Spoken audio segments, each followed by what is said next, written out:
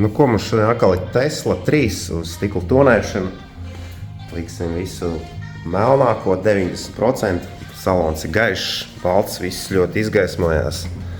Tāpēc te jāliek ir tumšākās plēvis. Atkal šis lielais jumts, kurš jau tā kā oriģināli nāk pusi tonēts, pusi nē.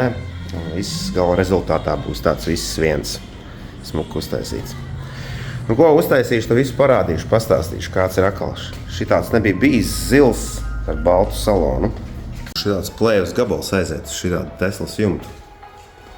Nu, baigais palaks. Realitātē liekas, tas stikls nav tāds sfērisks apaļš, bet, ka uzklājumi jāsaveido forma plēvē, tad viss šis te krunkas, viss šis te ir jāsadabo ar fēna palīdzību tā stikla formā. Un tad tikai ielīmējas no iekšpuses. Lūk, forma ir izveidota, tagad tikai jāapgriež un smuki jāielīmē iekšā. Tesla ir gatava, viss ir satonēts, viss ir uztonēts.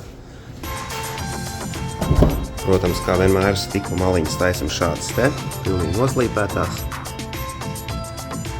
Visi arī nopaļotās vietas ļoti maziņas. Mazas tādas maliņas.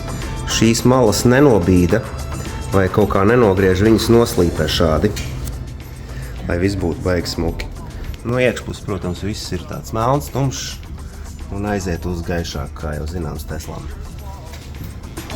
Un tāda šī Tesla izskatās ārā, tādā tā kā ēnainā vietā.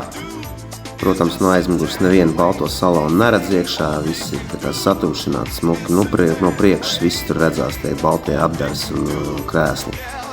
No iekšpuses tas viss izskatās šādi, viss panorāmā, tur, protams, viss aizmugurē tumšāks ir. Nu, parasti tā Teslām ir aizmugurējā daļiņa bišķi gaišāka. Iepriekšējos video, kur ir Teslas ar melniem saloniem, viņas izskatās nedaudz savādāk, jo tas salons tiešām visu pamaina. Jo gaišāks salons, jo viss baigi izgaismojās tomēr. Nu, tāds tas viss tā kā atver durvis vaļā, visas smukās maliņas, kuras visām taisa Teslām, visām tas izpildījums ir vienāds, perfekts kā vienmēr.